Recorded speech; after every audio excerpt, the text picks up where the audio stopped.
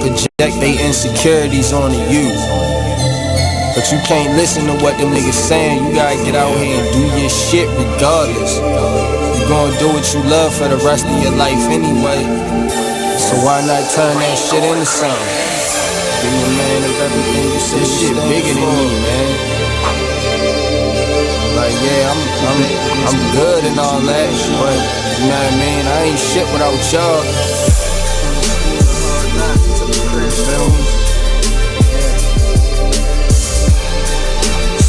What you up to, just go hard. Don't matter. Can you imagine how I really having nothing is? Stomach growling, you ain't got no food in the fridge. Surviving on a jail diet of water and bread. No father figure, that's cause my father dead. Mom's bringing different niggas in and out the crib. No money, so you seen it's less than all your friends. But it a joke because your mother was a crackhead. Older sister hoeing off, giving all the homies head.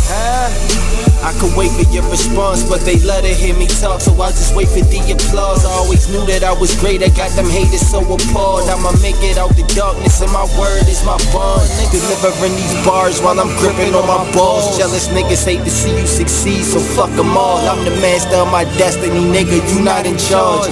You either on your grind or in the way, so get lost. Be a man of everything you say you stand for. Lead your people by example, being hands-on. If you're back against the wall, then get your mash on. Fix your vision on the future like it's fast forward. The world is yours in due time, ain't gotta ask for it. I'm from the school of hard knocks, I took a crash course. Shit be stressful, my nigga, that's why I'm getting high. But that's life, and it's the code that I live by. And you know how it is where we at, nigga. They say money can't buy happiness, but I be happy as a bitch when I can have dinner. Learn from your losses or you end up like the last nigga. I fall off, I bounce back, I really come from the dirt. But if you wanna make it happen, gotta put in the work. The word will kick you when you down, and I know this shit hurt. And it's crazy cause your family, your shit on you first. My sister stabbed me in my chest, I had a hole in my shirt. I never said a prayer for. You are listening to BeExposedRadio.com.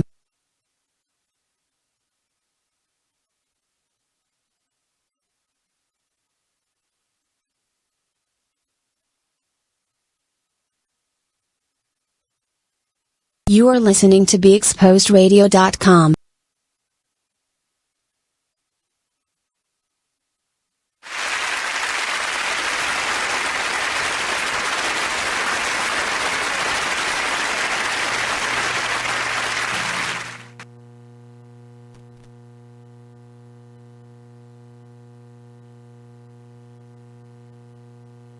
So welcome to the Artist Exchange Radio Show here live on BeExposedRadio.com.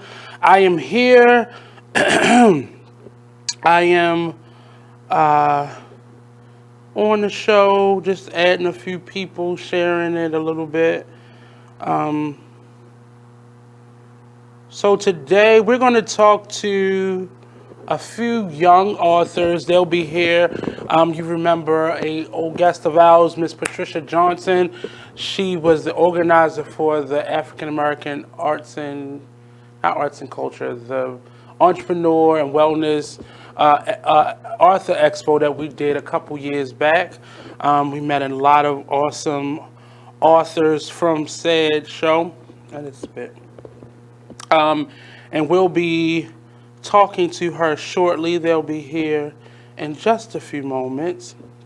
And in the meantime, I'm just sharing it out with a couple people. If you're watching right now, please take a moment and share it out with us.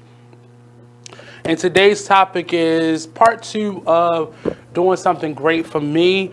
I've been, well, first of all, let me just say, I'm not going to say that I'm tired today. I'm not tired. I'm just a little worn.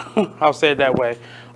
So we just finished week number 2 for the production of Pearly, and I'm really excited. We've had some awesome shows. It's been really exciting.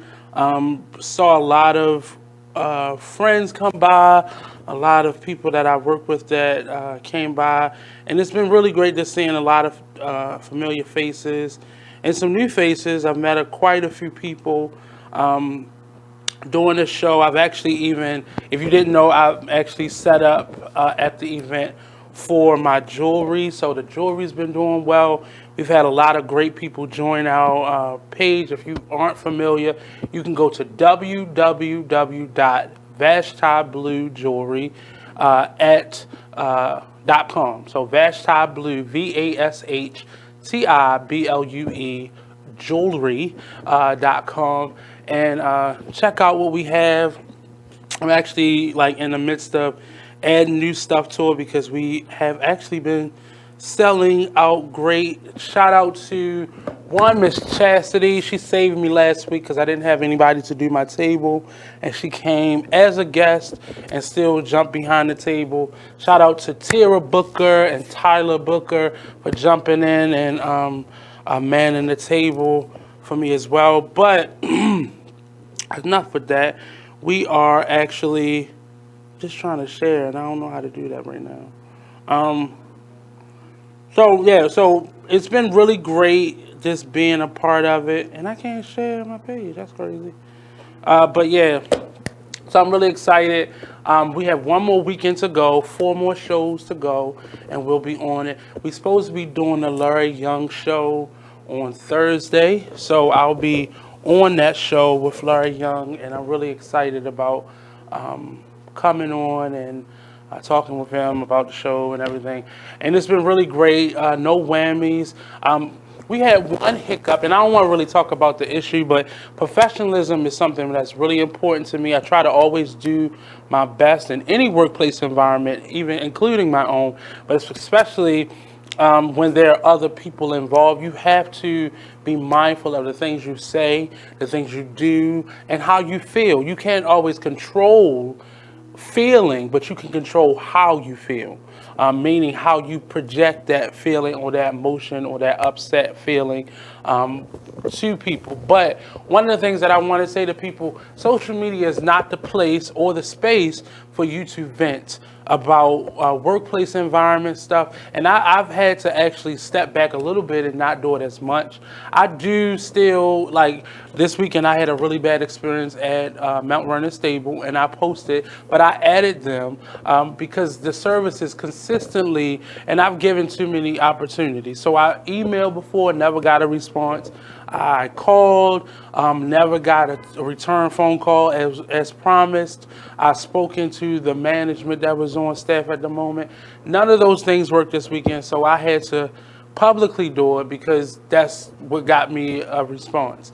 But in the same breath of me saying that, when you are having an issue that has nothing to do with everybody else that's at that workplace environment, you have to be mindful, especially if you work there or you're doing work or you have done work. Well, we had an issue with a gentleman that was working with us, and I want to make sure I'm saying this in love, and you have to be mindful that sometimes the things that we feel when we're in a heated moment, it ain't always, you don't have to always say it. You don't always have to put it out there, especially on a social media platform. Be very mindful of what you put out there, because that means if I was interested in hiring you for something outside of this, or again, I won't do that, because if something happens and you don't like it, you're just going to blast my company out to the world. And we've had to deal out, there's been several situations, several workplace environments that I've had that happen, and it's for, you're not doing it for anything. Your whole purpose is to make sure don't nobody else like you. Hurt people will always hurt other people because they're hurt, and they're going to spread that hurt and tell everybody about it for no reason, because the moment you have and I've seen people then go off and do their own thing, and people tarnish their names, and they are devastated. They are outraged, they're angry, they're mad, all those things, because people could not, keep it to themselves. And I just, it was unfortunate that was happening. But when that does happen, I see you, Michelle, but it happens in spaces where you don't have to say anything. If there's a difference of opinion or something I didn't like, walk away from each other. You don't have to work together anymore, or you can disagree to disagree. But the bashing of people, I used to do it. I've never been a person who went to social media as my therapist, but we have to stop using Facebook and Twitter and Instagram as these platforms. Go out and get the help that you need, or go and talk to the person you actually have the problem with. I find it crazy that I can go vent to basically the world, because anybody in earshot or can get to Facebook can potentially see it, the way people are sharing and discussing. And I recall the gentleman saying this weekend, nobody he said it's only friends and professional people who can see this post, but none of those people are working on the show. And it was crazy. We was in a middle of 2 shows this weekend, and we had to read that information, and it was heartbreaking. One, because we are steadily trying to get people in the door, and information like that being put out there makes people not want to come see something, especially if they are friends with this person. They're never going to come see the show, and it was over something so trivial and so petty that it didn't need to be discussed that way. He could have talked to the person that was in charge, and instead he chose to vent on social media about an issue that was so insignificant that it did not even call for a response. But again, that's how people work, and that's how people get down. And I understand it, but at the same time, I don't condone it, nor do I allow myself to be a part of that level of foolishness and that type of environment. I don't do that anymore, and I won't do it anymore, and I won't allow myself to be a part of that. And you don't have to respond to everything that people say. Like, we don't have to always respond. I work with children all the time, and I see children who just feel the need, it's like a natural instinct for them to respond because somebody is laughing at them or talking about them or making a silly face at them. And you don't, the things that I'm saying, the children that were pre-K, first grade, second grade, that I'm working with, and I see adults that are still struggling with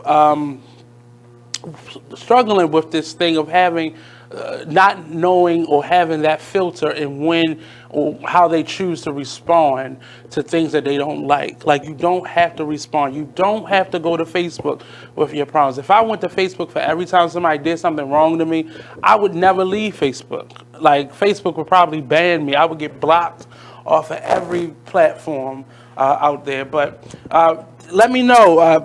Message me and tell me what you think the solution to this is. How do we effectively work in environments with people and we don't always get along, or something may happen? How have you responded to issues like this? So we're going to go to a quick commercial break. We're going to respond to that. Please, if you're watching, please share this out. I need your support. And again, we have one more weekend for Pearly. I didn't bring any flyers. Oh, I did.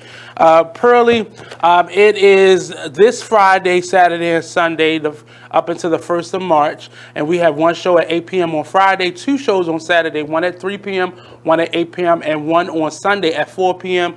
Tickets are $30. Please come out and support the Raina players. This has been an awesome run, phenomenal cast. And we're going to take another quick commercial break. We'll be right back here on the Artist Exchange Radio Show, only on BeExposedRadio.com.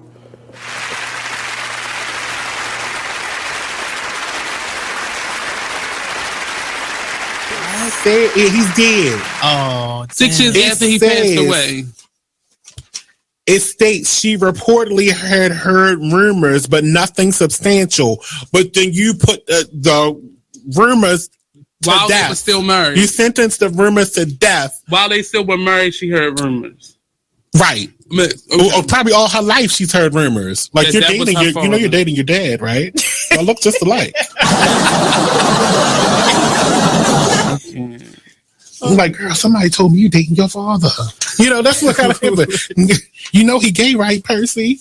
Please, why are you laughing at him? Don't laugh at him. Please don't. Okay, let me continue with the story. Oh, man.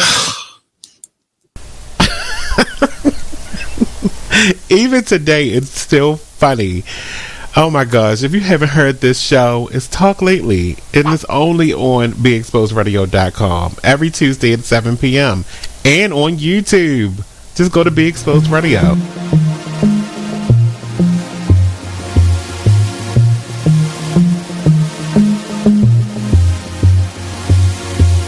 Whatever happened to the times when we cared for one another? We shared the same respect. What is happening? We're trading what's important for shiny things. I can't allow this blasphemy. It's blasphemy. Why would you treat yourself like that? We didn't come this far just to fall right back. Don't lose yourself, stay on track. Baby, you're a god. Baby, you're a god. Believe that. Full of the things that we've overcome. Full of unspoken battles we've won. You're so much better than that. Sometimes the truth ain't always catchy as rap. Stop chasing cheese or you get stuck in a trap. Go get your crown and never render it back. No, it's blasphemy. Why would you treat yourself like that? Stop all that blasphemy. We didn't come this far just to fall right back. Baby, you're a god. You're a god. You're a god. You're a god. Baby, you're a god. You're a god. Baby, you're a god. Believe that. You're way too gifted to stop and listen. It's condescending, not to mention all of our ignorance. Is there permission to? I know you like to turn up like that. With a drink to pull up like that. Well, baby, there ain't nothing wrong with that. Just make sure the God in you stays where it's at. You're the rising sun of a new day begun. Grind on till victory's won.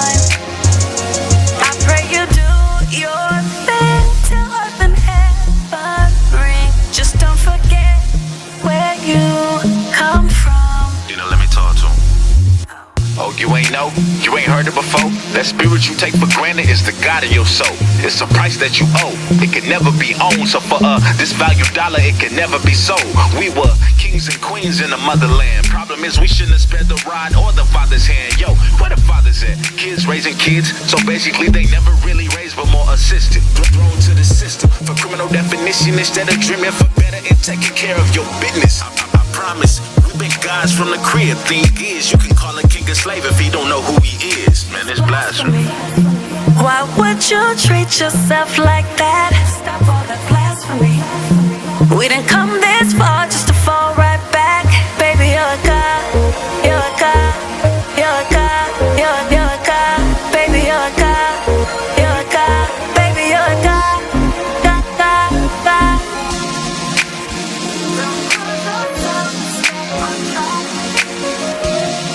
You're a god. Baby, you're a god. Believe that.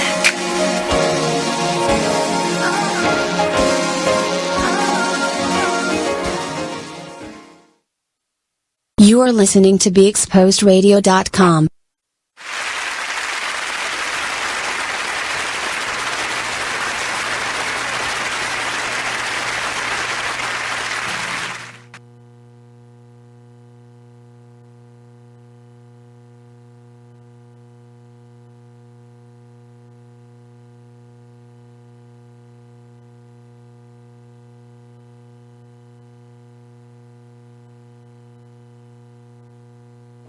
And we've been doing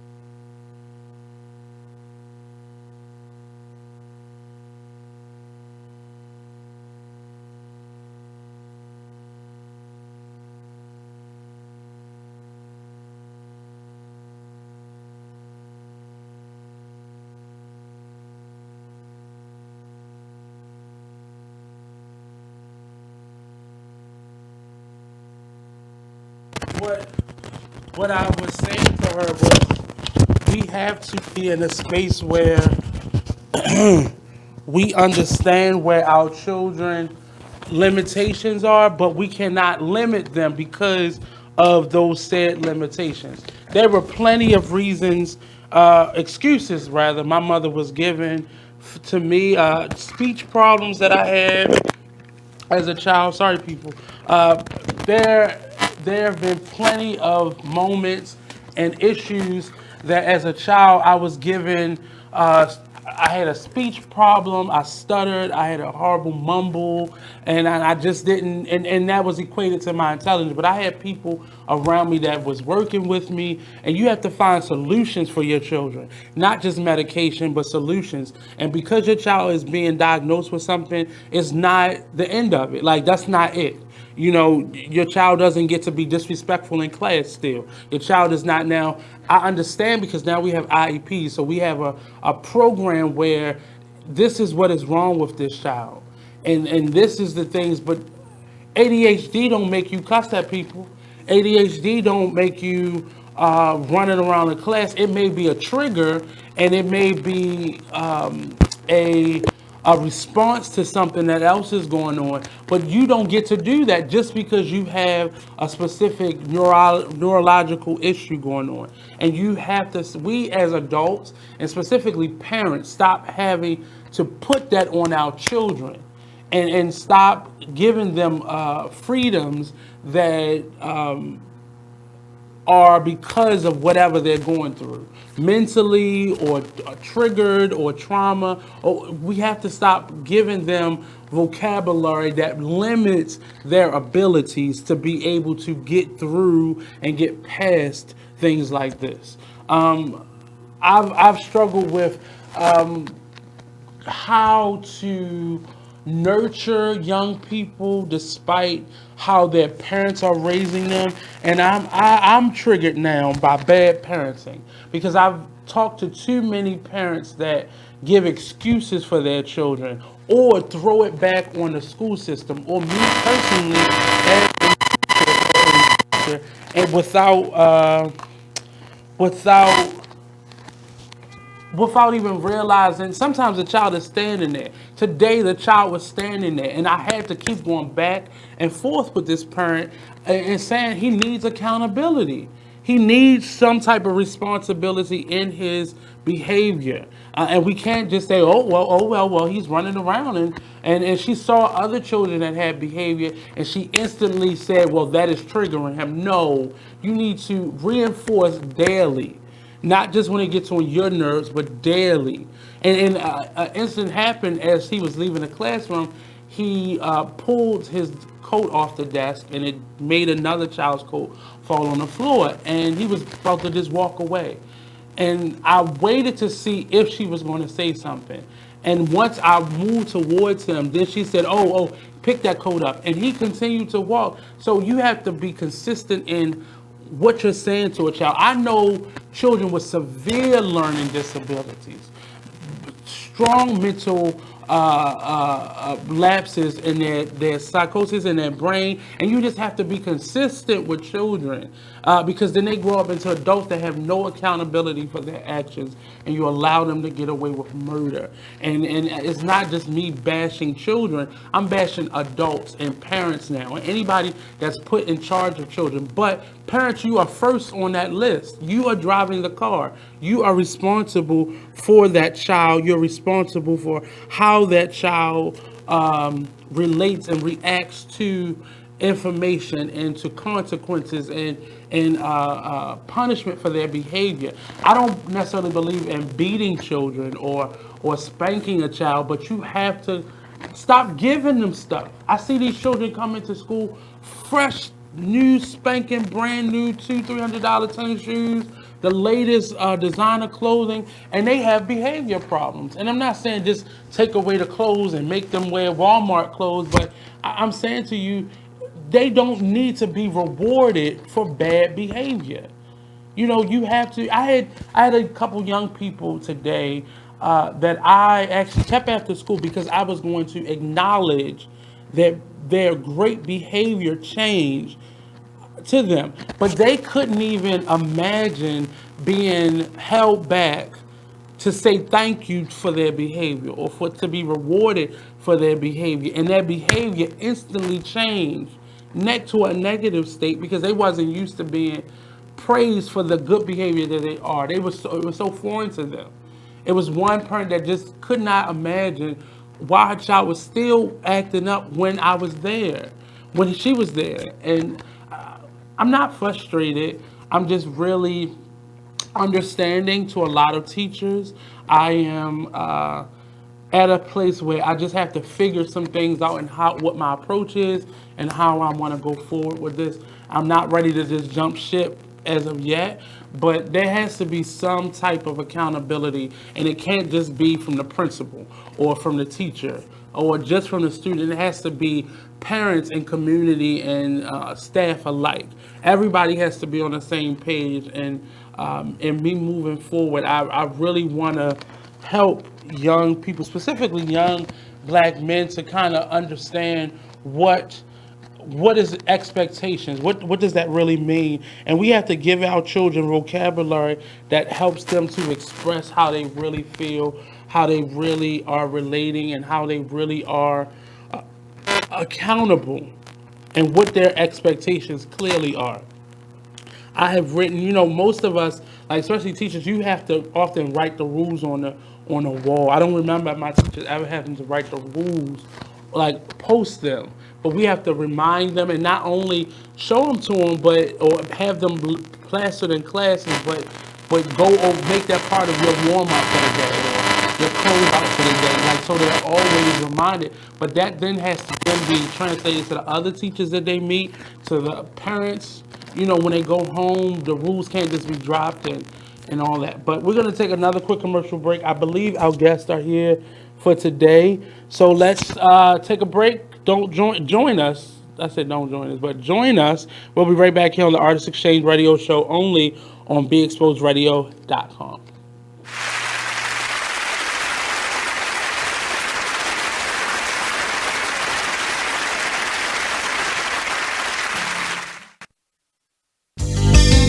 Long live Pop. Y'all can go ahead and cry now. I'ma show these niggas what to do at one of your beats, man.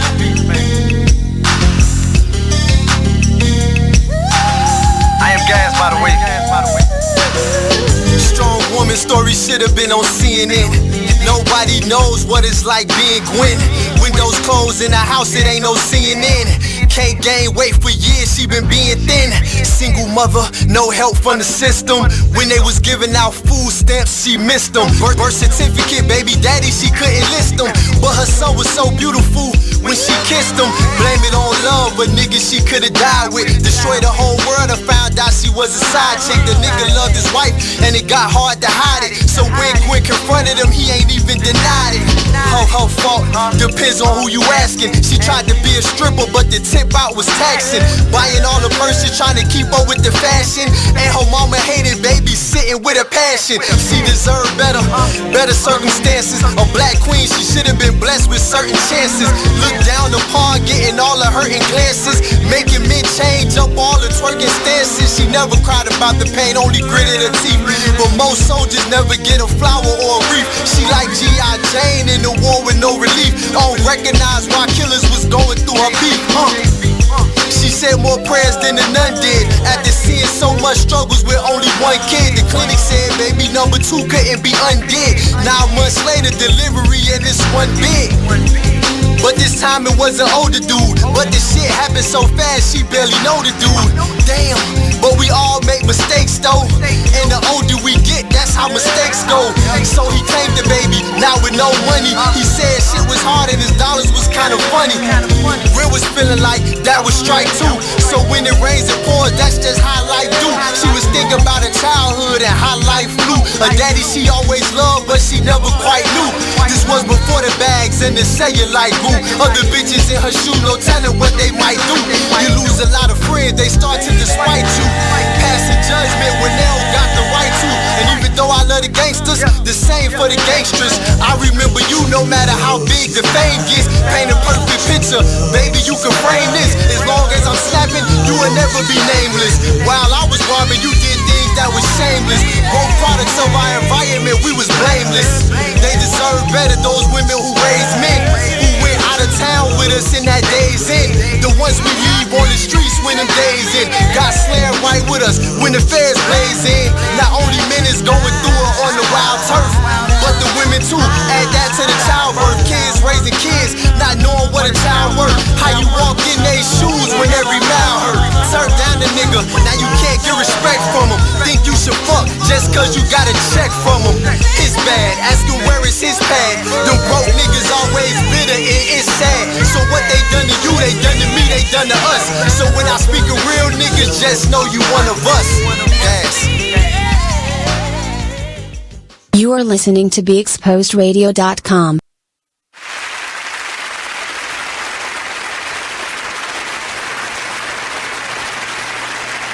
Hey, what's up? This is new to me. Welcome back to the Artist Exchange Radio Show. Here live only on BeExposedRadio.com. When I say Facebook is just difficult for no reason. I'm trying to share it out to our other pages, and I'm having a little bit of... And just... Welcome back to the Artist Exchange Radio Show. So, I'm sorry. So, I'm back, and our guest will be here shortly. The parking is crazy downtown, and she is in the middle of parking right now.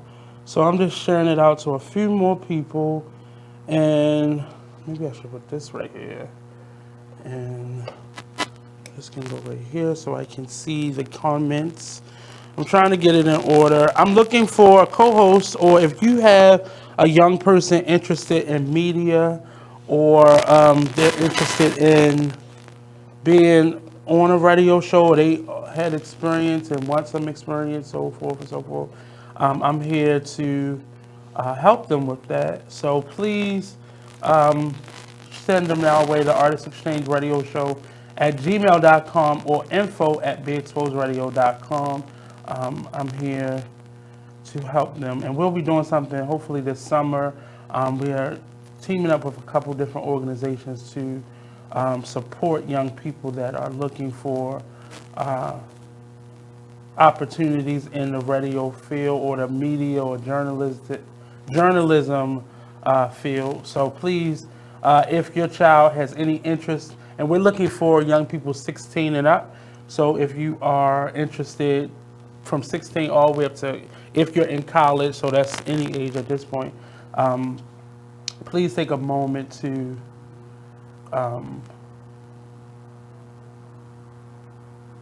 oh shoot. I'm posted and I can't even do that. So that's what we're looking to do. So I was going on a little rant earlier about parents and such, and I don't want to complain because a lot of parents have a lot of things to do. I talked to a really great dad on Friday, and it was almost heartbreaking to hear him kind of like have the conversation with his child, because you can tell he's doing everything he can to, help his child win and achieve. But sometimes it's not stuff. You can't give a child anything to make them do something else. Because at some point, you're going to have to do more to get them to do what took maybe a pair of tennis shoes or a trip to the movies. So it's nothing that you can physically do to the child do anything. Because if a child doesn't want to do it, I'm here to tell you, they're not going to do it. And it's not a beating in the world or a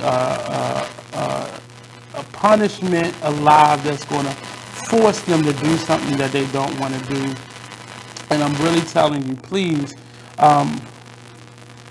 hey India, ADD, we all are.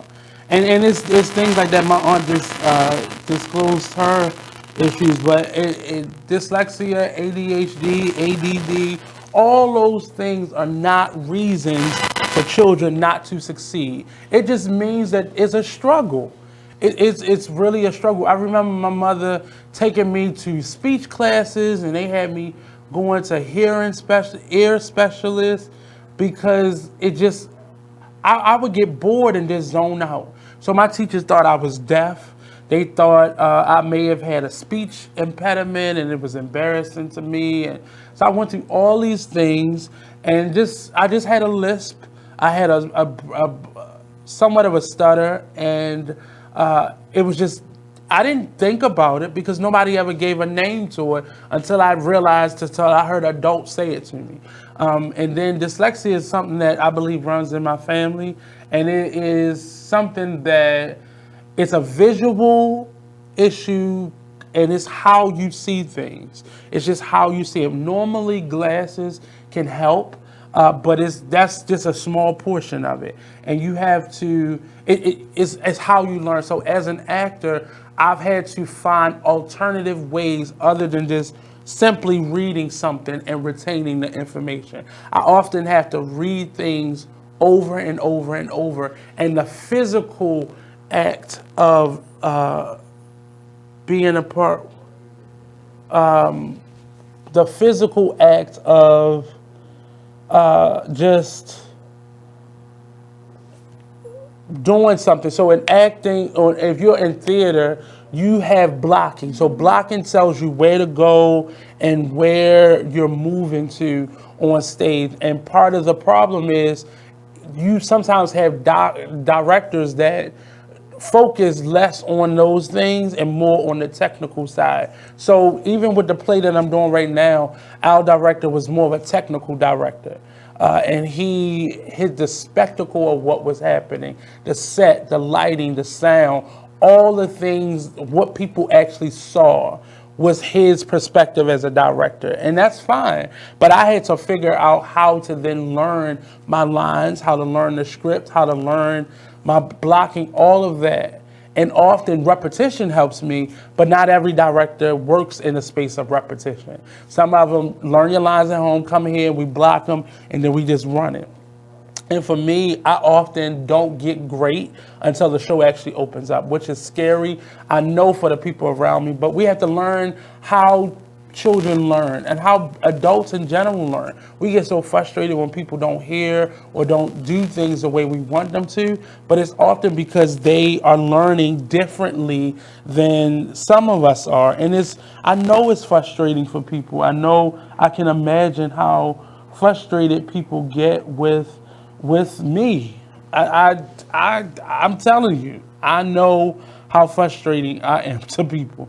But it is definitely is not my fault, and it's not any child's fault. But it's just how we learn. And if you don't have the patience to work with people, you don't need to be in environments where you're teaching people, where you're in charge of people, where you may run across people with different learning styles. And you're always, and I don't care where you work at, you're going to run across people with different learning styles. I'm a person that's a visual learner, so I can watch somebody do something and I can pick up on it. And not everybody teaches from a physical hands-on approach. Some people, they are lecturers, and some people, they just do it. And they don't think about the steps that they're doing, and they understand how they've learned how to do it. And they expect other people to be able to pick stuff up. And I've just learned how that's not always the case with people. And I am really sensitive to how different people learn, and the way they're building classrooms now in terms of the school system in a lot of urban environments. They're mixing, especially here in Baltimore, they're mixing a lot of the students that would have gotten special ed or special schooling or special resources in with the normal population. And a lot of that is because of a parental, parents express wanting their children to develop naturally and wanting them to be in quote unquote normal environments. But what it's doing is creating behavioral problems where they don't need to be any, because those students that would have gotten smaller classrooms are now being forced to be into the general population of students, which is helpful for some, but it definitely hurts the ones who react in a behavioral problem. It hurts them because they don't often know how to say help, or they don't know how it's a feeling that they have, but the way they react to that feeling becomes something of a problem because now they're acting out. Now they are, I would say, the way a lot of young people are acting out now, and we're seeing a lot more behavioral problems sprout out because you got almost 30 some kids in a classroom. It's often, most times, it's just one teacher. It's just one teacher in a room with them. And it's not impossible, but unless most of them are on the same level or near the level of the other students. Other than that, there are a lot of young people who are struggling to focus in class. And you can see how hard the struggle is for them. You can see their attention just shift. You can see the struggle they have to behave. That, like the idea of behaving. You can see what a struggle that is for them. And often we just medicate them. We medicate them, or we suspend them, or we expel them, or I've been guilty of this, just kicking them out the classroom. But as a teacher, it is very difficult, and I've tried to express this to many parents. It is very difficult to have a challenging young person in a classroom because that challenging young person can often trigger other students. And it could be something emotional trigger, or it could be physically that child runs around the room hitting other students. So that type of behavior or reaction to whatever is wrong with them then becomes a trigger for something else, because now you hit me and now I gotta go run after you and hit you back. So now I got two children running around trying to get back at each other. And parents often, they'll say something like, well, you should have just called me. So in the midst of me trying to figure those things out and try to figure out solutions to pushing through this, I now got to pick up a phone and take myself out of, and that's a distraction. You know, we have children that are fighting, that are stealing from each other, that are taking things off of teachers' desks, that are hitting teachers. And for me to take time out to call you as a parent, I don't know what to say. I don't know how to respond, but there has to be some type of solution. And then if you work with children, my blessings to you, my prayers to you. But if you are on here and you working with children, share with me like some things or some ideas that you may have in terms of, you know, linking up with children and, you know, figuring things out. And if you are a teacher that is really good at classroom management, message me and, you know, give me your, you know, your ideas on how we can make this, how I can make this easier, and things that I can do with solutions that I can have to making things flow better, because different children require different learning styles and different ways to approach education, and it's not always fun. It's not, and we have to, as parents, we have to express that to your child. School is not always going to be fun. It's not always going to be a leisure moment. Most times it's not going to be fun, and most times it's not going to be leisure. So let's take a quick commercial break. I'm going to see where our guests are, and we'll be right back here on the Artist Exchange Radio Show, only on BeExposedRadio.com.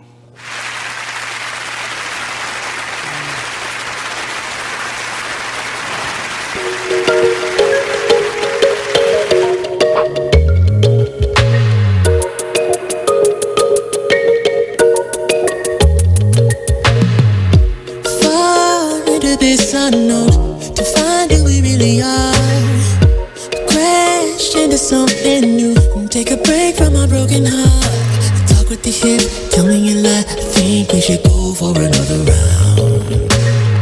Baby, try not to say too much, let your love come down. If you wanna rule, it's some rules you gotta live by, live by. Stay true to your cool, make a move, don't wait on nobody else. And if it feels like a melody, sing a song, be my radio. And if you follow me there, I'll follow you back. Let the night unfold. I can tell that you can't get enough.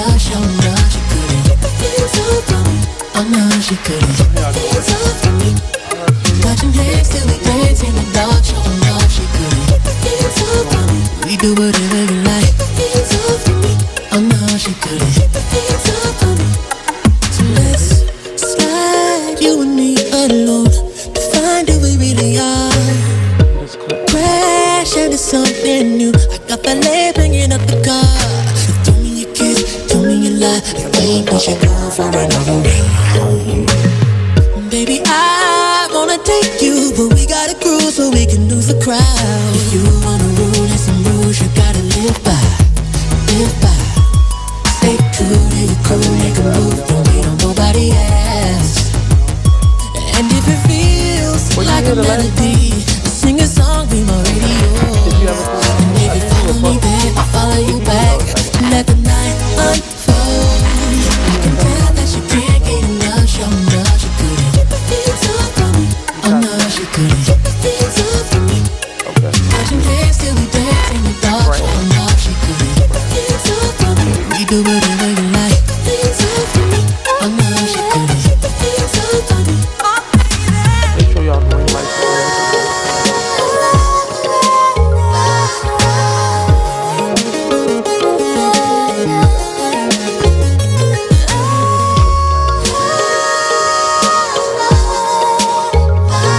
Baby, don't be shy. Baby, don't be shy. Just up with your hips, let your backbone slide. Put your lips on mine. What you need, just take control like you need it. And if it feels like a melody, sing a song. You can be my radio. And if you follow me there, I'll follow you back. Let the night unfold. That you can't get enough, show love. It's all good to keep your hands off me. It's all for me. Shoot it, do it. It's all for me. Oh yeah. Days till we dance in the dark, show love, she couldn't. It's all for me. We do whatever you like. It's all for me. Oh no, she couldn't. It's all for me. It's all for me.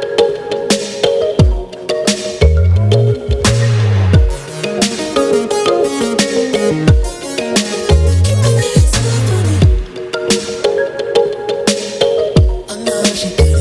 It's all for me.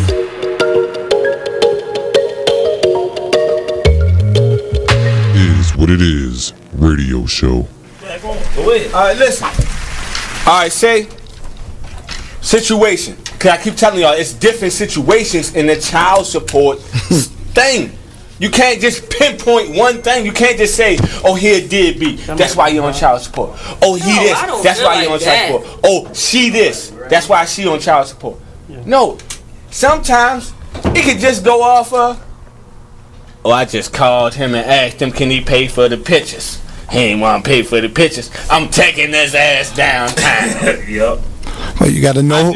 Know who you dating. Hold up. You just like I just called her. I just called her and asked could she just get Junior some shoes. She couldn't even get him no church shoes. I'm taking her ass downtown. Now when you go downtown, you go down there, you get $500. Right. Now you mad because you get $500, and now you really ain't getting no shoes for Junior or Lord CC because you getting $500 now. Right. Yeah, but you gotta remember, if you're a good father or a good mother, and you paying child support, right? You still gonna go ahead and do all that because hold up. It's just what it is. Yeah, hold on, and that's another situation. Right. But you know what that creates? Now when we at the party, mommy and daddy ain't even down there speaking to each other. Cause daddy done paid for the party and he done came out of pocket this month with $600. But right, that's your child. Shouldn't be mad. Listen. He shouldn't be mad, but he also has another child with his wife. That's on him. Okay, go ahead. He got another child with his wife. Okay. You are listening to BeExposedRadio.com.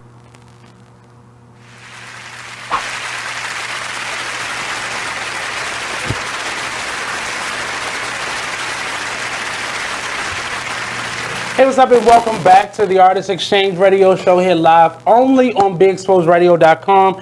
I'm your host, Nate. And Miss Patricia Johnson, the writer extraordinaire, has brought us 3 more young people. And we're going to start off on this side, and we're going to introduce ourselves as best we can. I'm Tatiyana J.Terrelonge. Okay. I'm Raina Scott. I'm Bradley Scott. And they are working on a new project. It's a group writing project called Break It Down. Reflections on hip hop from a young mind perspective, a young youthful perspective. So first of all, tell me a little bit about yourself. You can start over here. What grade you in? What school you go to? I'm in 11th grade. I go to Milford Mill Academy. Okay. And I'm just all around a busy person. Okay. Are you an athlete? Are you the drama kid? Are you in the expo? I'm an athlete. I'm in drama. I do STEM. I'm just all around the school. Okay. I am in the 8th grade and I go to McDonough School and I'm more of a dance art kid. So. Okay. Cool. Is this your first time, both of your first time writing, or do you write? I write poetry. Okay. No. More of this is more my first time. Okay. And you, sir? Sorry. I'm in 11th grade. I go to the high school in Bel Air, Maryland. I do competitive swimming and at the JCC. Yeah. So, this is y'all first time meeting each other, or did y'all meet each other during this project? We met each other on this project. Okay. Did you know what you were getting yourself into, or? At least by the first class. Oh, okay. So in terms of writing, you write poetry. Are you a writer at all? No. Okay. Well, you are author now, so you got to say, yeah, sir, I'm a writer. Did you enjoy the process, or did it feel like school? No. Yeah, they made it easier than school would in the process of writing. And they allowed us to have our own ideas more, I guess. So did y'all choose hip hop as your topic, or was that one of the options meant for you? Did we pick our topic? You picked our topic, right? We did. You picked our topic. I think we picked our topic, yes. So can one of you tell me, in your own opinion, what you think the overall message of the book is? Or the theme? What are you talking about in the book? It's mainly how each of us views hip hop and its like different forms. Like I did like the dance form. Okay. And my brother did the more music part of it. Okay. So it's more, and what did you dance? I did like the history of me, so like everything that I've done through the course of my life has just been through music, so it's majority hip hop. So it was your interest that was your perspective in the book. So are you a more history driven person? Yes and no. I don't really listen to like new school stuff, which my friends get on me for. I listen to like old school rap, old school hip hop, and like I also used to be in bands, so I used to play it. So like it's just always like on my playlist and in my tunes. I hear like every day. What instrument do you play? I played baritone and trombone. Cool. So who are your top 5 if you had to choose? I don't even have a top 5. I like top 2. Oh, cool. Queen Latifah and MC Light. What's the first one? Queen Latifah and MC Light. Okay. Can you give me anything from a Queen Latifah or MC Light? Not at the current moment. We're going to think about it maybe when we come back. So in terms of history, did you discover anything that you didn't know? Well, I discovered a lot of stuff. I can't most remember right now, but what I did discover, it really intrigued me, interested me to like dig deeper into hip hop. So that made it more fun while I was writing the book, to understand the values and history of hip hop. How did you connect that to what we have right now? Well, I connected to like clothes, the way people dance, the way people act sometimes, the way they talk. It's just, hip hop is what you make it, in my opinion. And that's how I think people see it as well. So you did more of the dance style in hip hop. Have you discovered anything that you didn't know? How connected, like the beginnings of each different style of dance or technique is like to each other, and that they just have formed like from that beginning to the styles we know today. Anything that you connected with now in terms of, especially I know for her it probably was a lot of stuff repeating itself, or it'll die out and then it'll come back. I guess it was almost. I guess it was almost the same, but it was slightly evolved. Like I guess the different dance moves from that, like from a earlier time, have slightly evolved and become like a new name or something of that sort. So we're going to give back to you, sir, when we come back. We're going to take a quick commercial break, pay some bills, and we'll be right back here on the Artist Exchange Radio Show, only on BeExposedRadio.com. Don't go anywhere.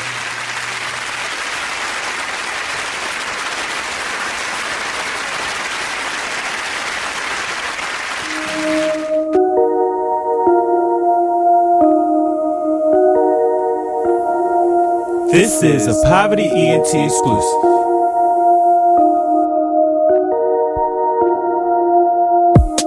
Next stop, Texaco. Strapped up, you already know. Fuck niggas hate, that's how it goes. Bros with me, yeah, it's time to go.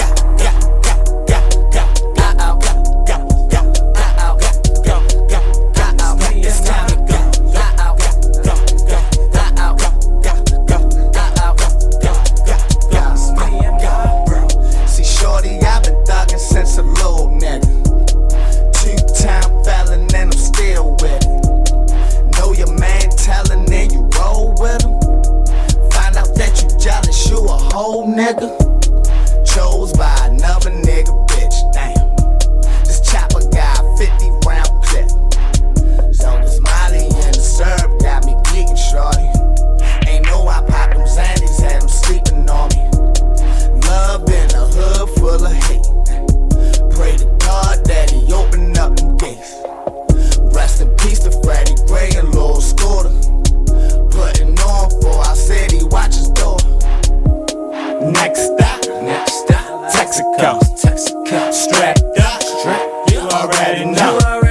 Fuck niggas hate, that's how it goes. Bros with me, yeah, it's time to go.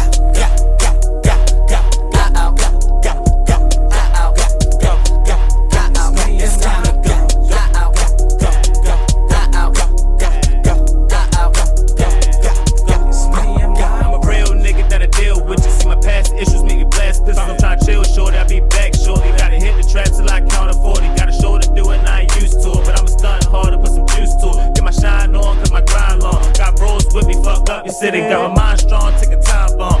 Fuck a pot, I'd rather back the kitty. I don't want the city, don't call me Diddy. Yeah, I rap my city, ready to show them something they ain't ready for. Nigga voice firm so you can't ignore it. Talking shit like I'm fixing toilets. Shag a rhythm, I can see me torn. Horn cuffs, shades on, shirt off, strapped up, Molly down, blowing strong, riding around. The demonstration hold 50 rounds, I'm a fool with it. Got ratchet niggas that's cool with it. You got a cold heart till that ooh hit it. Stop fucking with me, got my mind set, see my mind state is at a high rate. Next stop, Texaco. Strapped up, you already know. Fuck niggas hate, that's how it goes. Bros with me, yeah, it's time to go.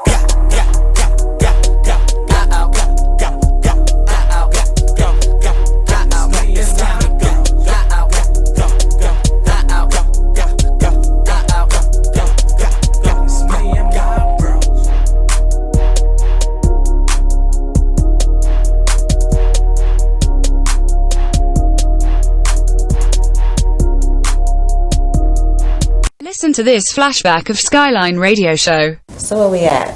Where we talk about the effects and what's going on in these schools? Yeah. And what people don't understand.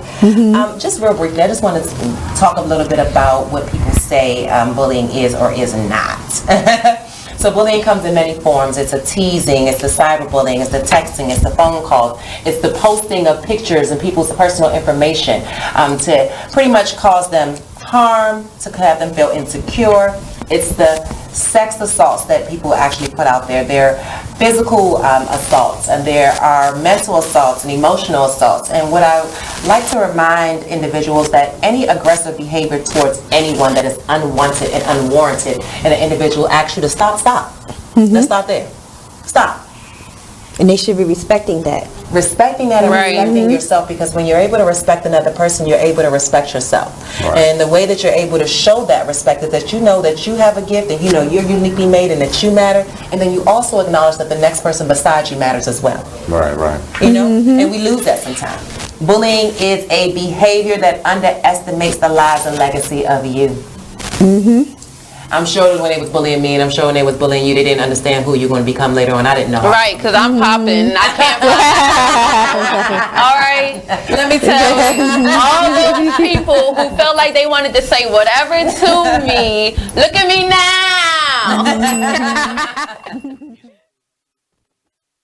You are listening to BeExposedRadio.com.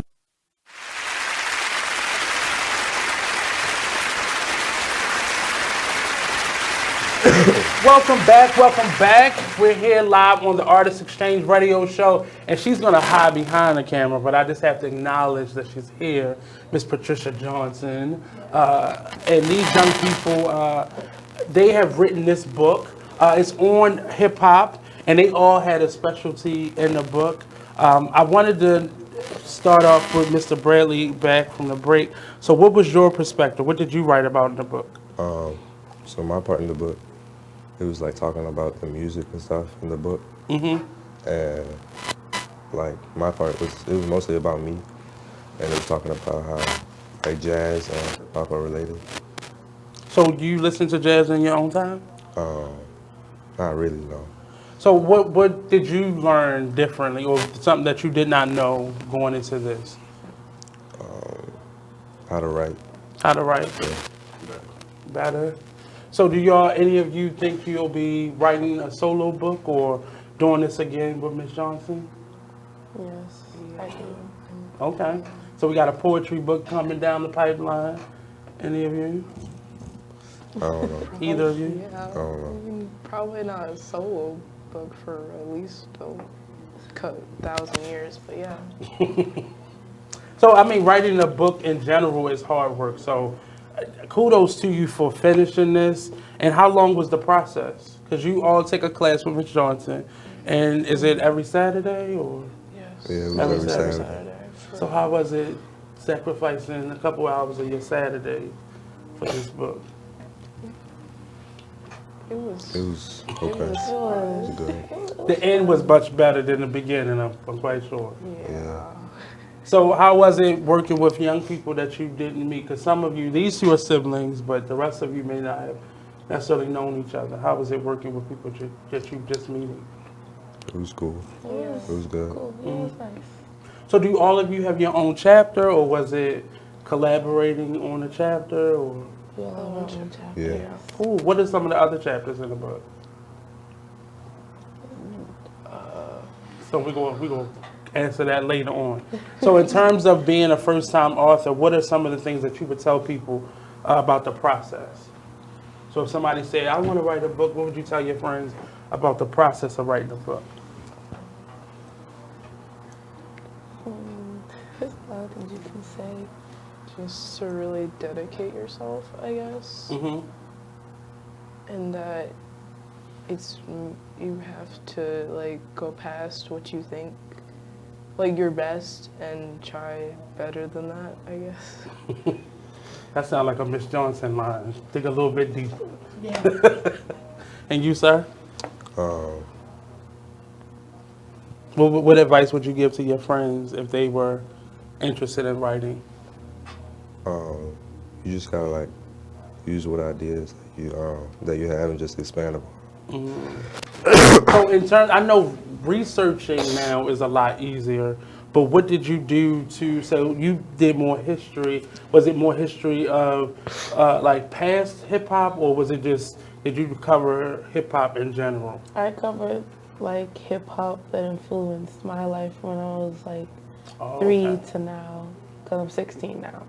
So like I did like a long like lifetime span of hip hop. So what's the relevancy of a Queen Latifah and an MC Light now? Well, I know a lot of people don't listen to it now, but like I started listening to it because of my mom, because my mom loves old school stuff. So I was like, okay, I like how this is, more than listening to the new school stuff that I don't know any of the rappers' names, not to offend anyone.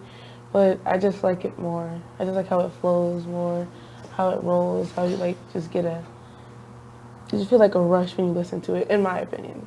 That's And my I opinion. think it's their music specifically, the two of them speaks to where we are right now with women empowerment. And if you notice, maybe MC Light a little bit and Queen Latifah even less than that, it was positive.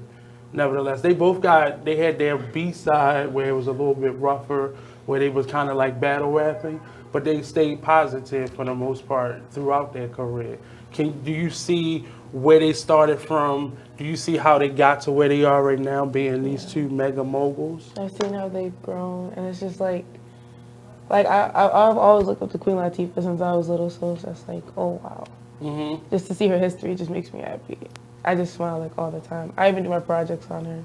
Mm. So she's very inspirational in my life. In terms of dance, who are some of the people that you look to being a dancer yourself?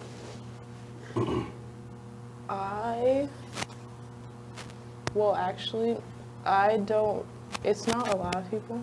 Mm-hmm. One, for like more of my ballet side, Misty Copeland, because of what she's gone through.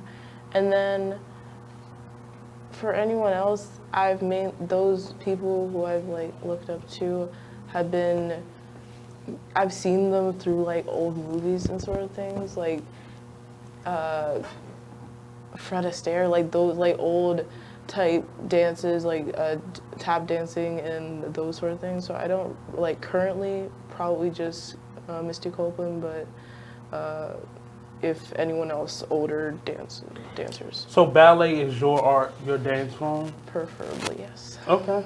I just working for a young lady right now, my player, she's been showing us how she gets on, I think they call it on toe.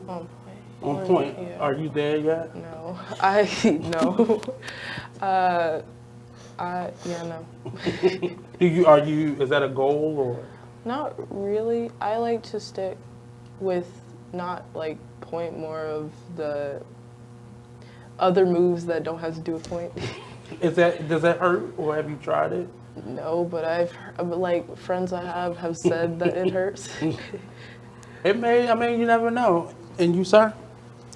Yours is more music in general? Yeah. So it's like the history of music? Yeah, and then it talks about, like I talked about how I played the saxophone in middle school.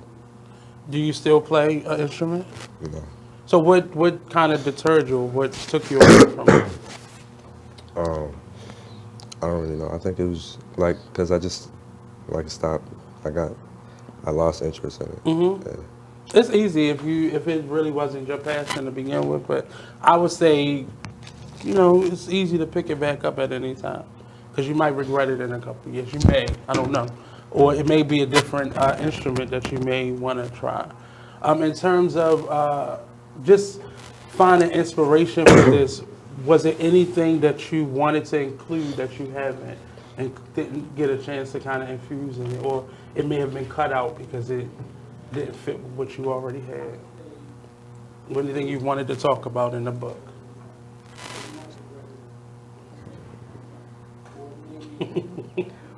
Nothing? Nothing really. No, I think I poured my heart out in the book. Say that again? I think I poured my heart out in the book. Okay.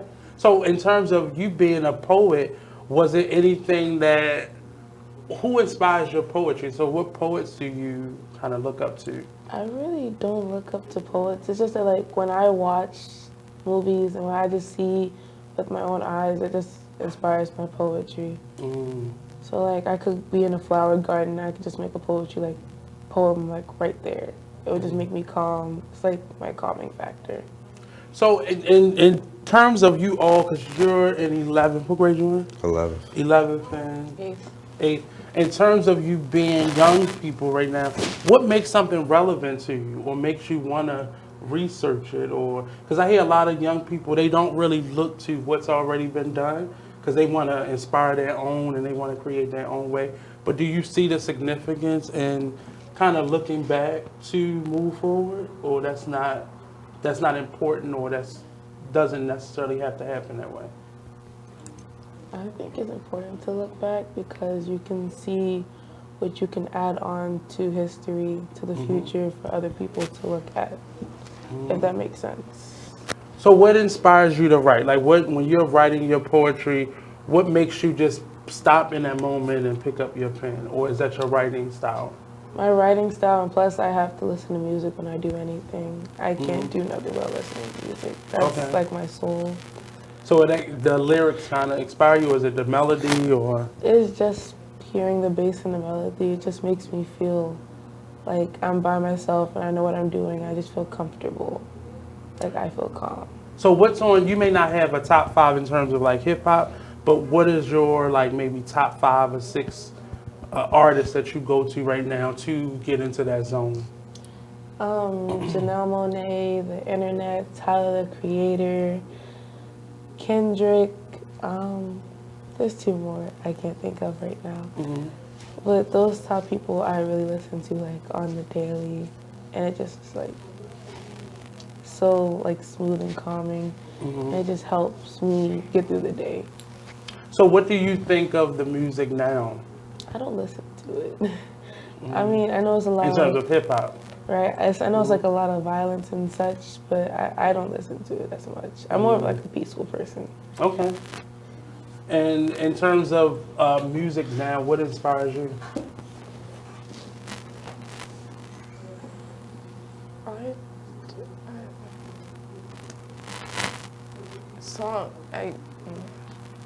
I don't, it has to come to me, so I can't really say ahead.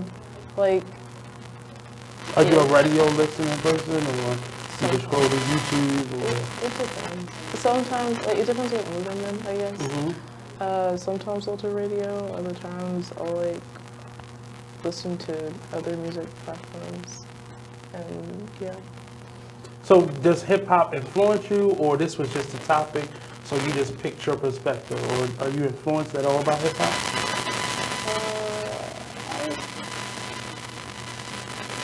I guess just not as much as other people. It's like more of a slightly thing, and you know,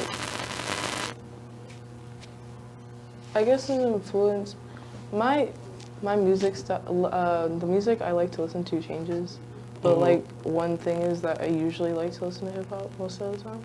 So that's the one thing that doesn't change, and it also helps. I can always find a hip hop song that goes with what I'm feeling that day, which will help. So what were you feeling today?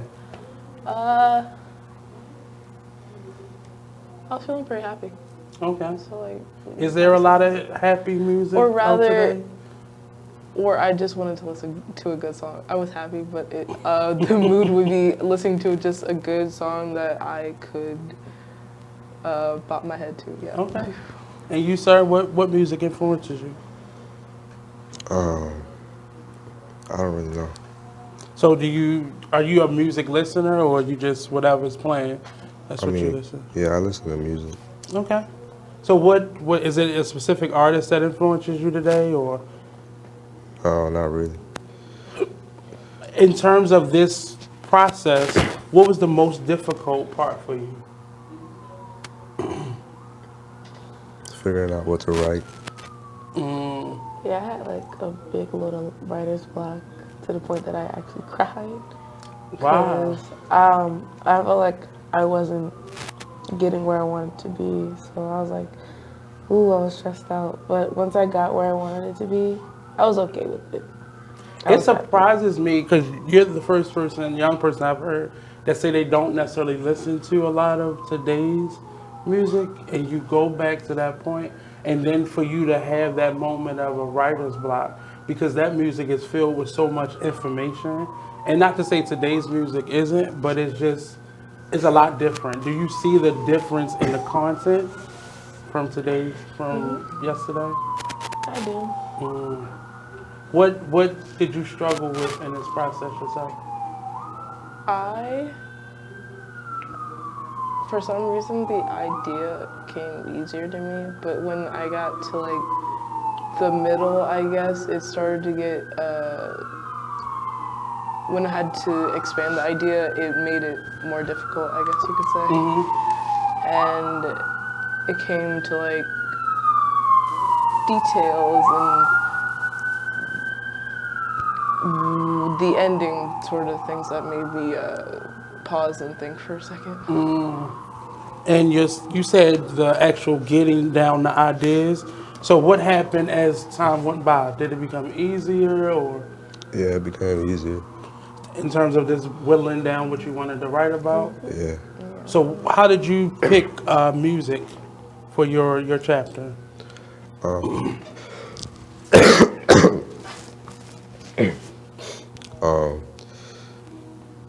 Since I played the saxophone in middle school, I thought it was a good idea to pick jazz. Can you clearly see the connection between jazz or certain forms of jazz and hip hop? Yeah, they have ciphers and what's the other one? I don't remember, but and then there's also freestyles. I forgot. Rapping and right. So the music really, I love to hear when people sample music, because you can hear how influenced, and the music that you probably are listening to is heavily influenced by, say, jazz and a little bit of the R&B, because there was so many samples taken from that music, and that basically made hip hop. Hip hop could never be hip hop without the samples. If you take the samples out, it's just going to be a bunch of probably one instrument or just a drum, and that's probably all that'll be left. What's been the reaction to you all being these authors now? Positive. Positive. Have you started to go out to events to sell the books yet? No. Not yet. Are you ready for that? Yeah, I think so. You sure? Yes. What would be the scary part about now people recognizing you and your face is on the book and your name's on the book? Were you ready for that, or did you think this was just going to be a writing workshop?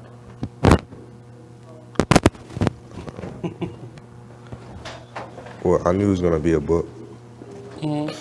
Were you ready for this? This is a completed project, and most people your age are still trying to decide, like, what am I going to wear tomorrow?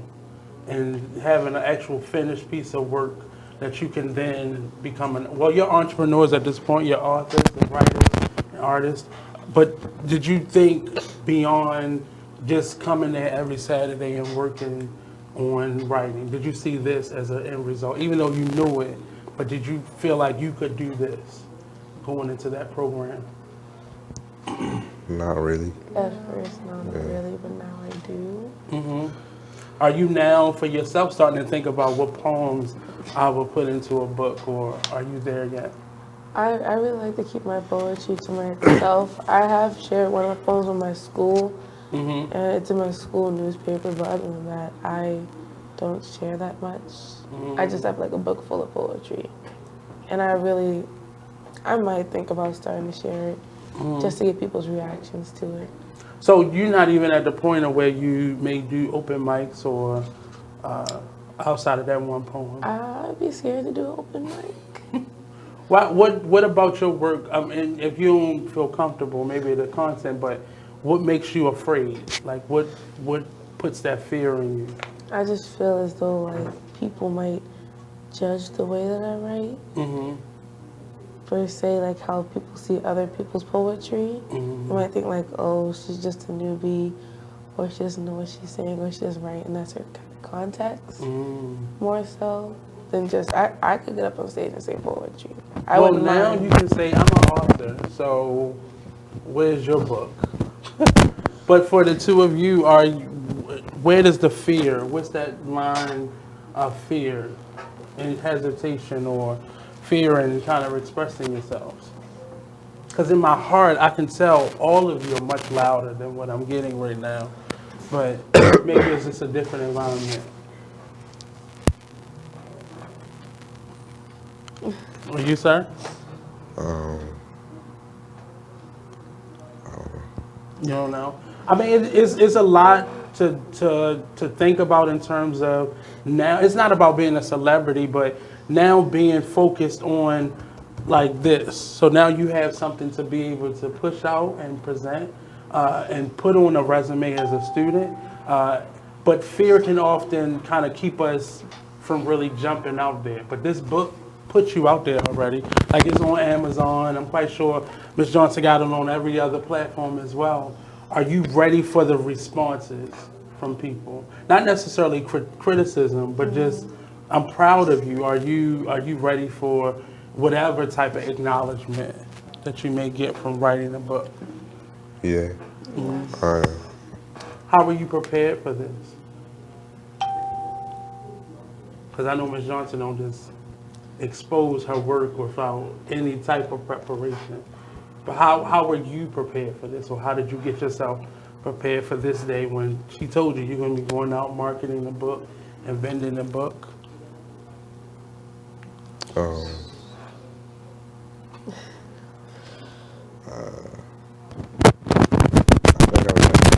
After I realized that I was actually like making a book, then I realized it was easier. And you too? Like what happened when you held the book? Like hold the book. What happened when you held the book for the first time and it was a finished project outside probably like a manuscript form? I thought it was cool and I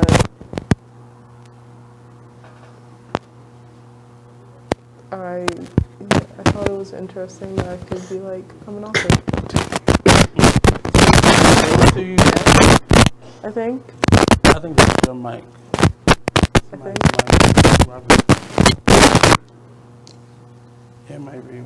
It might be his. So what did it feel like when you held the finished book in your hand? I just felt like, I was like, oh, I'm author now. It felt awkward, but that's cool. Is it, in terms of having your work when you read it, have you all read that or read through it? Yeah. In terms of its finished form? Yeah. So what did you think when you got to your chapter and those were your words?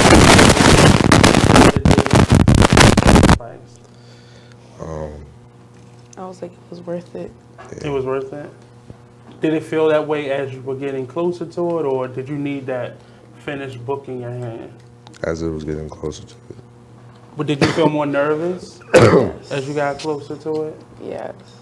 So what would you do differently on book number 2? Well, it would have been easier to write. Because you've done that. What would be something that you would write about the next time go around?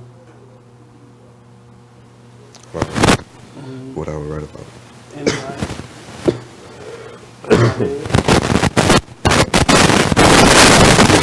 But you gotta expose it. But like, obviously. We're going to take a quick commercial break. We'll be right back here on the Artist Exchange Radio Show, only on BigExposedRadio.com. Don't go anywhere. We'll be right back. I think it might be. Put it a little bit down, like on your string, maybe.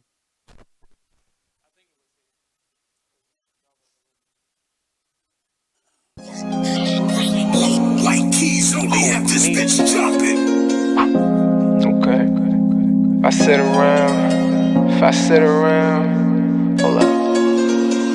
Look. If I sit around, hold up. Yeah. Rebel rap. If I sit around, I'ma smoke some more. Wasn't even thinking about smoke before, but I'm in my head and I'm in the bed. Don't know who I am, like I'm wearing a mask. Working mode, tell them where the cash. If you wear the cash, tell them where the cash. If you playing for you, gon' run it back. Don't make promises, but I promise that. Don't promise me, cause I ain't into that. Fell in love with that and got hurt from that. That was all over and the curtains back. Can't see you not noticing that. I'm letting it go, it ain't holding me back. Yeah, I'm on dice, but ain't come for the crack. Drinking with uncle, we only do jack. How I'm alive, I thank God for that. Praying about about it. Things getting better. Open it up with my name on the letter. Why you crazy about it? Saying whatever. You shy to be you. You know you gotta be you. Sometimes I need privacy too. Yeah, you know I ride. You know I ride. And you know you ride for me too. Yeah, you know I. Look, you like getting that hit for real. When it's me and Murray, just us, we chill. I'm in a rush to get off to get you. Never ever had to floss to get you. Pay the dues that it cost to kiss you. Rug burns on the carpet with you. Oh yeah. Come on, dog. Told it to had to dedicate this to the homie out of New Orleans. Break. Said she wanna bump that. You wanna do it? Go ahead, do it. I said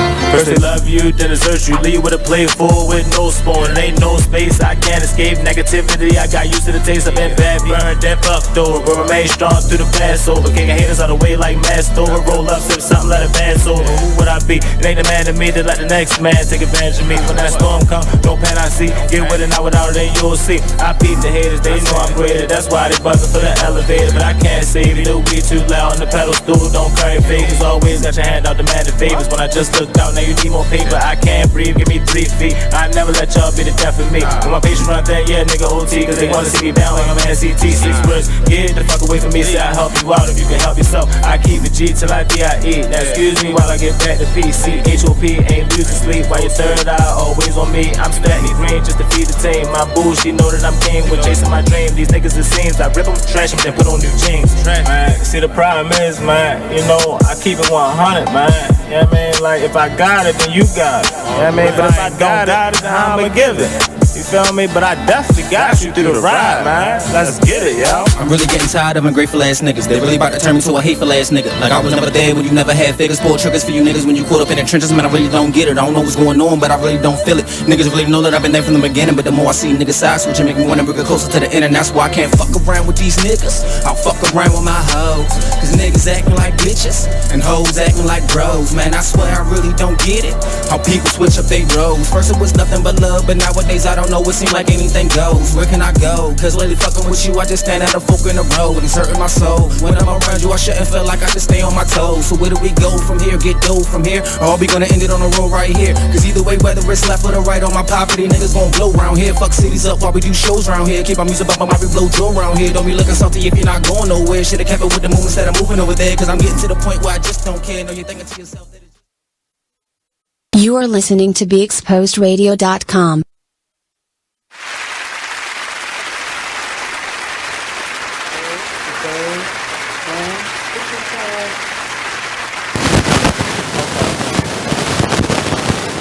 I have two, so that might be one of them. The teaching section, I think it's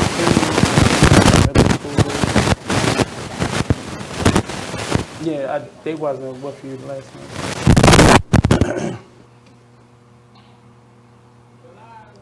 Welcome back to the Artist Exchange Radio Show here live only on BeExposedRadio.com. We have just gotten notice that if you have a child that is writing or would love to write, or well, they should already be comfortable with writing at this point. Please register them today. The Youth Writers Rock program. You can contact them at 443-421-2070 or youthwriterrock@gmail.com or www.youthwritersrock.com. And we'll post this. If you give me the digital form, I'll put it on social media as well. This process is 6 months, and I commend you because most children would have been like, you know what, Miss Johnson, this ain't for me. But what made you want to come back each time? Was it the pizza or the... I don't know. But I'm But what's kept your interest? What kept your interest?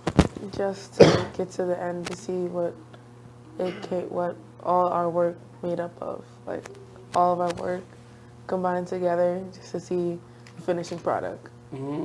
So in terms of this, the process of writing a book, do you think that's something that you would want to go through again, or is it something that's like, maybe I'm going to need more time before I try to do that again?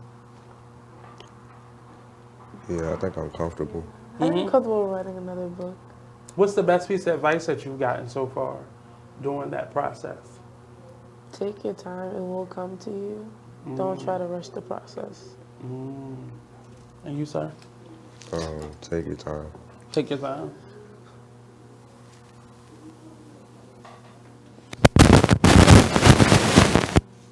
Just write what you think and then go back to fix details. Was it, especially for you being one of the writers, was it hard for you to not edit yourself as you went along? Well, no, because I'm not usually writing in a story format or biography format. I usually write just words on a paper and make it seem like poetry to me. Well, it's poetry. You gotta claim it. You gotta claim it. For you two who weren't necessarily writers going into this, but you may have written for school, did it feel more difficult? Yeah, a little bit.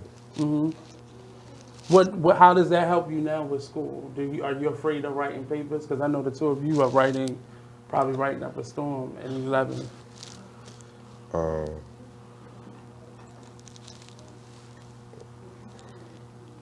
Well, it's easier now, a little bit.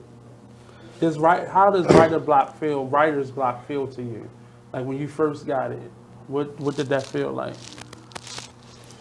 I just felt like I couldn't like write anything, so I just felt like I'm stuck and I don't know what to do. How did you get out of it? I just like zoned myself out with music, and then I just got back into the groove. That's really what I do to get me out of situations. Did you listen to a lot of Queen Latifah and MC Light? I just played everything on my playlist. Okay. Why those two though? Why? I'm going back to you saying those are your two favorites, but why? What stuck out about them two? I feel like they were just like positive stories in the rap community, and also they're like really powerful women. And I know like some people don't look up to them now, but I look up to them. They're like, they just have something that's like feels like a magnet, and I'm just like attracted towards them. Like what they're doing with their lives is like really great, and I'm just glad that I like got to know the history of them, got to even listen to what their taste is, what their flavor is, just to know who they are, basically. So how was it working with Miss Johnson?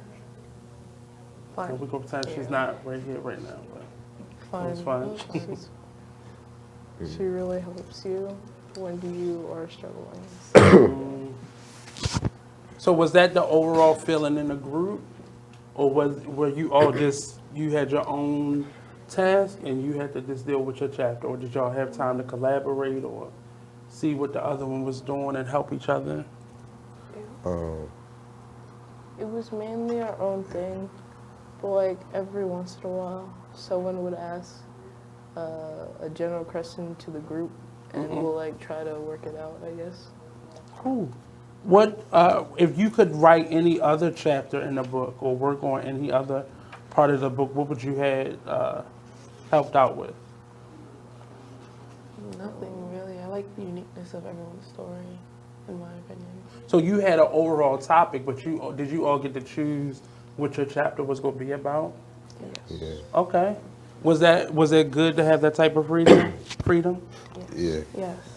I'm reading some of the chapters and it seemed like I'm curious about the dimensions of music.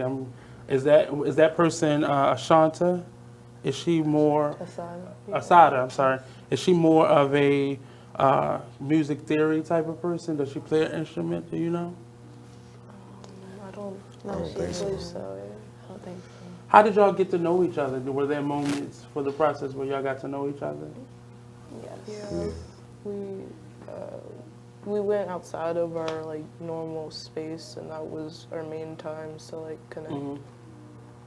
So what did you learn about working with other people? I mean, I just learned about like our differences and how we can come together as one to like write this book, and like what we like about music and the history of music, majority. Cool.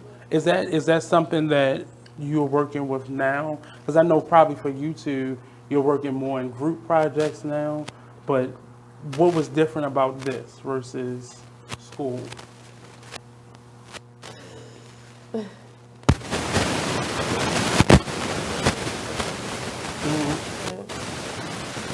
Was that first of all, how was it coming in on Saturday? Saturday morning. I was honestly fine with it. And then I was going to start changing the schedule. And then all over the So, what about you? How did it feel kind of working on a project like hip hop? Because that's a big, expansive field, and it has so many different parts in it. How were you able to decide what you wanted to write about? Why did you choose history? Why did you choose dance? Was it specifically because of that's what you do, or was it just a natural instinct for you? It was mainly our passions and what we could see ourselves coming up with ideas and expanding them. Why? So in terms of being a dancer, have you studied any other forms of dance or just ballet? Some others. I mainly do dance in school. Okay. So those classes are more have a broader reach of all the styles of dance. Will you change that once you come out of high school, or will you always stick to ballet? I feel like I would either go do a more a wider range of all of them, try to do a class with all of them in it, or somewhere towards tap or hip hop. And you, sir, are you doing sports, or are you what do you do in school outside of class? In school, you said? I don't do any sports in school. Okay. But outside of school, I do swimming for the JCC. Swimming, and tell us what that is. Like swimming, like what I do. You said the JCC? Yeah, the Jewish Community Center. Okay. So so you don't do any sports for your regular school year? No, my school doesn't have, they do have basketball, but I was too late to join. Okay. So you're more sports inclined versus the art side. So how was it for you specifically? Kind of both. Kind of both? Yeah. So how was it kind of really delving yourself into the art form of who you are? It was cool. I had to learn more.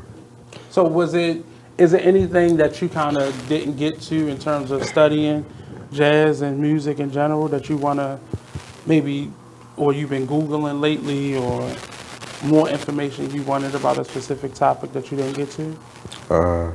No, there's nothing really that I've been wanting to search up about jazz. What specifically did you learn or did you study about jazz?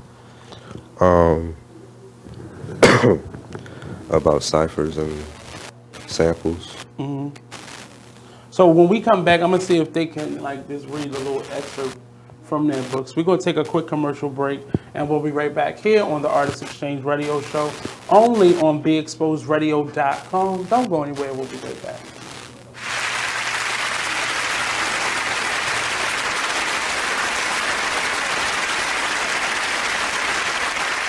Check out this flashback from the Artist Exchange Radio Show. That's the biggest thing, is just empowerment. Just get off of the begging line. Just be proud and just get our pride and our dignity back, because as a child, we're taught how to go and beg for a job. Our parents, they literally taught us how to make sure you pull your pants up. Me, I'm 6'7", so I'm a bigger man. I was always taught how to not be threatening or intimidate people when I go into different interviews or different scenarios. And so we're literally taught how to condition ourselves, condition our speech, everything, in order to go and beg these people for a job, because we know when we walk in the door, I have to tear down 10 stereotypes before I get past hello. So we need to eliminate that. You know, and we need to eliminate that. And the way that we do that is employing ourselves and employing our brothers and sisters. And so that's our mission, is group economics, uplift ourselves, because I can't empower anyone until I empower myself, and change from just being willing because it's in my heart and my passion to see my people succeed and see us do better and change the social order, because I know that we are not supposed to be on bottom. I understand who I was. I know I didn't fall out of the sky and land on a plantation. So when you have knowledge of self and you know who you are and what you come from, it's frustrating more than anything to see us in this position. Tune into the Artist Exchange every Friday 7 p.m. to 9 p.m. every Saturday 12 p.m. to 2 p.m. live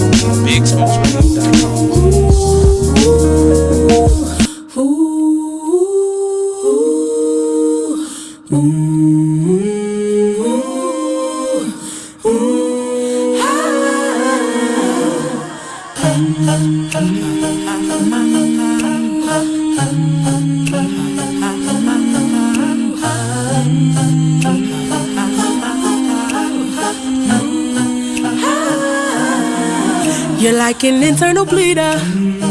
Can't see your pain, but it can silently kill ya. So deeply wounded, but don't say a thing. Too afraid of what the people may say or think.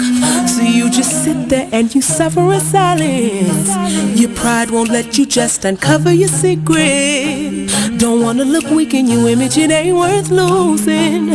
So you just act as if it's nothing happening. God sees you, and God hears you. Yes, God loves you. You're like an internal bleeder. Can't see your pain, but it can silently kill ya. Suicidal, depressed, but you won't say a thing. Too afraid of what the people may say or think. You feel alone even though the people surround you. Popping pills every night even though you know they can't solve it. The emotional pain, it just seems way too heavy. Your mind is racing, wanna scream, somebody help me. God sees you, and God hears you. Yes, God loves you. These type of people sit right under our noses. We don't find out till we're on IG scrolling. We post a few memes, but then it keeps on happening. Something's gotta change, we gotta start talking and telling the truth without the fear of judgment. Gotta come together and really start loving and heal these people, cause they slowly dying. Help them believe that their life is worth living. God sees you, and God hears you. Yes, God loves you. I pray there's an end to this suicide demon. We losing people too soon, they cutting and bleeding. They think no one cares, so I wrote this song to tell you, my God, He cares and He can heal you. He sees you when you're crying yourself to sleep, wondering if anybody hears me. You tell yourself you can't go on no more, but your life is worth fighting for.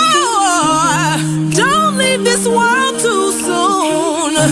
There's so many people who really love you. Jesus is calling for you. He knows and He can heal you. I know you're hurting deep down inside, but my God, He came to give you life. You think no one cares, so you just sit there. I'm talking to you, get up from there. You gotta believe there's something better. So much better. God put purpose deep in. You are listening to BeExposedRadio.com.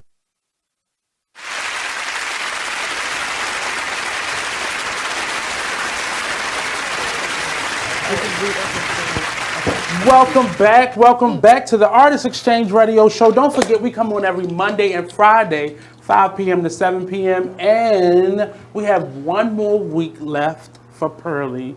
You get to watch Mr. Couser act a fool on stage. It's been directed by Troy Burton. This is our last weekend for it. We've gotten some really crazy reviews and awesome reviews, and I'm really proud of this one project. So come on out. You can go to www.arenaplayersinc.com for ticket information. One show on Friday, 2 on Saturday, and 1 on Sunday. So you have 4 opportunities to see it. And then please contact Youth Writers Rock at 443-421-2070 or youthwriterrock@gmail.com or www.youthwritersrock. If your child is between grades 4 through 12, please have them sign up, and they should already feel a little comfortable with writing. They get a lot of coaching, but they should already have the desire to want to be a writer. Register them today for the Youth Writers Rock program to get them published, and the end result after 6 months is an actual book. And I'm actually one question: are all the books collaborative efforts, or? Yes. Okay. Some are, like this is an anthology. The other books are fictional books. Okay. And the first 2 that I read were really good. They were on bullying, and I forgot the second, the young one, the elementary. Okay, yes. So they were really good, and I was shocked that these young people were able to work together and do that collaborative work. But I'm learning a little bit from these young people how they were really focused on theirs, and then they came together to do it. So right now we're going to read some excerpts from the book. You got to buy them, and they're available on Amazon.com, Barnes & Nobles, and where books are sold. So go ahead, sir. And your title is? My title is, I'm sorry.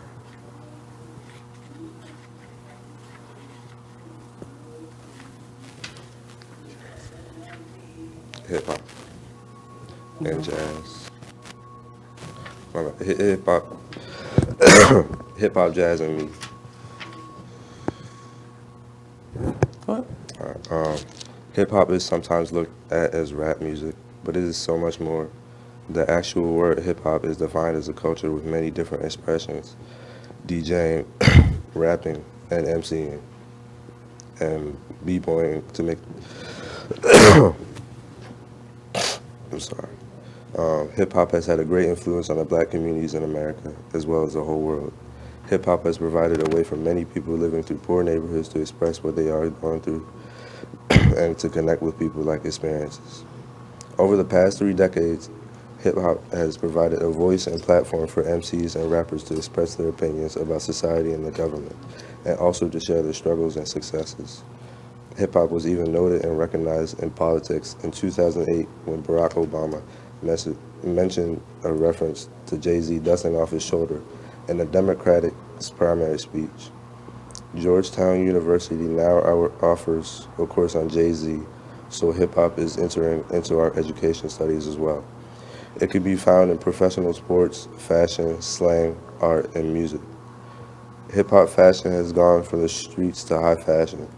We can give credit to professional athletes and rappers for spreading hip-hop culture. Cool. Ready? Yes. Well, my chapter's name was On Point, the Ballet Hip-Hop Collision. The next day, as I waited at the door of the museum, I realized I should have told Emma to wear something casual, because there she was, walking down the street in her pink leotard with a gray shawl covering her shoulders. Let's not overlook the classic bun, so perfect on top of her head. Forever, the ballerina. Even when we were little, it was always a pink leotard. Sometimes she even pranced around in a matching tutu. I, on the other hand, had on my jeans, a comfortable tank, and a plaid shirt tied around my waist, my standard as a hip-hop dancer. I chuckled. Again, forever the hip-hop artist. To be fair, we both keep the dream alive in our attire. Looking at her as she approached, I realized the difference in our styles. My moves are sharp and precise, while hers are more flowy and graceful. Okay, back on topic. Okay, that's good. Next. Mine is expression of hip hop with a capital X and a lowercase e. What is hip hop? What's the meaning behind it? Have you ever wondered? It is a story, a message, a lesson, or just the truth. I've asked myself those same questions, and I think everyone has their own way of expression. Hip hop invites you to express yourself without limits. It could be through your choice of clothing, the way you talk or walk, even the way you dance. Can show people how you feel. For me, hip hop has that X factor, that thing that makes it stand out from everyone else. You know, it's special, but you can't explain it the right way. It just is. I'm really proud that all of you are on this journey.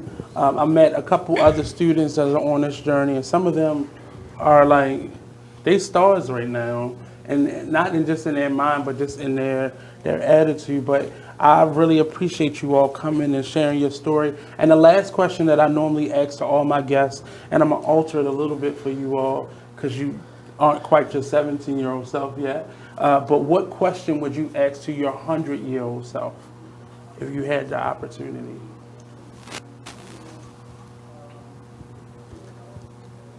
Do you feel accomplished of your past? Okay, that's good. You have one? What were the specific examples of how this truly affected changes in your life? Can you say that one more time? How this truly affected the changes in your life? Okay. And you, sir? Did I take all the opportunities that was given to me and expanded upon it? That's different. I don't hear adults asking that question. And I say to you all, lastly, don't, even though this may seem a little scary because it's something new, you may be going outside of your comfort zones, push forward even if you're scared. Like, still keep walking even if you're scared. Because at the end of this, you don't know what it may be, but you have an opportunity being so young and having someone who has worked with hundreds of authors. You have an option of being able to mold what that end result could be. And there's still other possibilities in that. So don't take advantage of this because it's not your field or it seems far left of what you would naturally want to do. Or even if right now you don't know what you want to do, that's okay. All those options are okay. But take advantage of every opportunity you have with Miss Johnson. Anytime she places you in front of somebody that she trusts, that will guide you in the right direction. So ask her as many questions.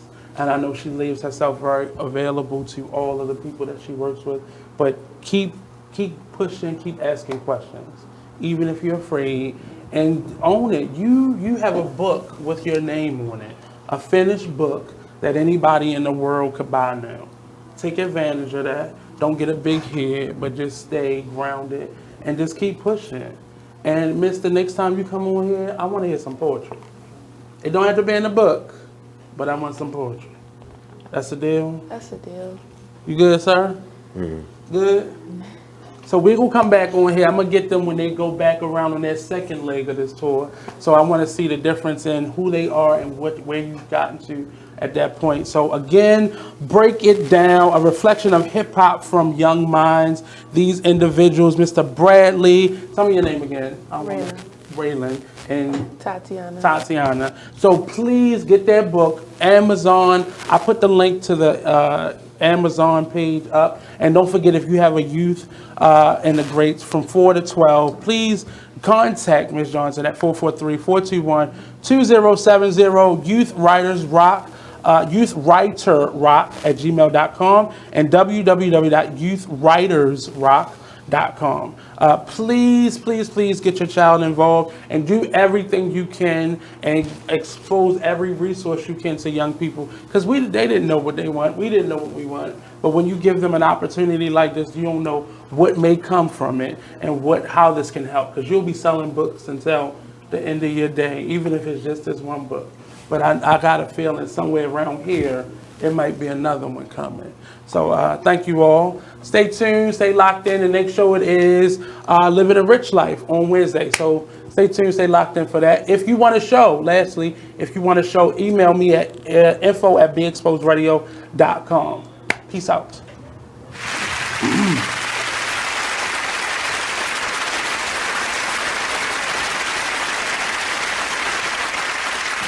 Thank you very much. Because they had nothing else to do. So it was like, imagine that your late husband was actually your father. I can't imagine that because that's disgusting. Very much so. And then I would have to clean my basement because that's where my actual father resides right now. So, okay. The 60-year-old woman learned the truth about her husband, Percy, 6 years after he passed away. Not Percy, though. Percy doesn't sound like that name. Percy just sounds like a feminine boy. Really? Yeah. But nobody told you don't think at it? No point. Sound Like Percy. Look at Percy over there with his purse. Oh, his name Percy. Percy always switching. And you just keep laughing at him. That's a joke. What do you call it? What's the gay boy's name? Percy. Percy. What are you doing, Percy? I don't even know what to say about this one. And I'm the one that said it. Oh my gosh, we're here every Tuesday at 7 p.m. The conversations can get deep. They can get out of this world. But we do them. BeExposedRadio.com. Talk Lately, the radio show.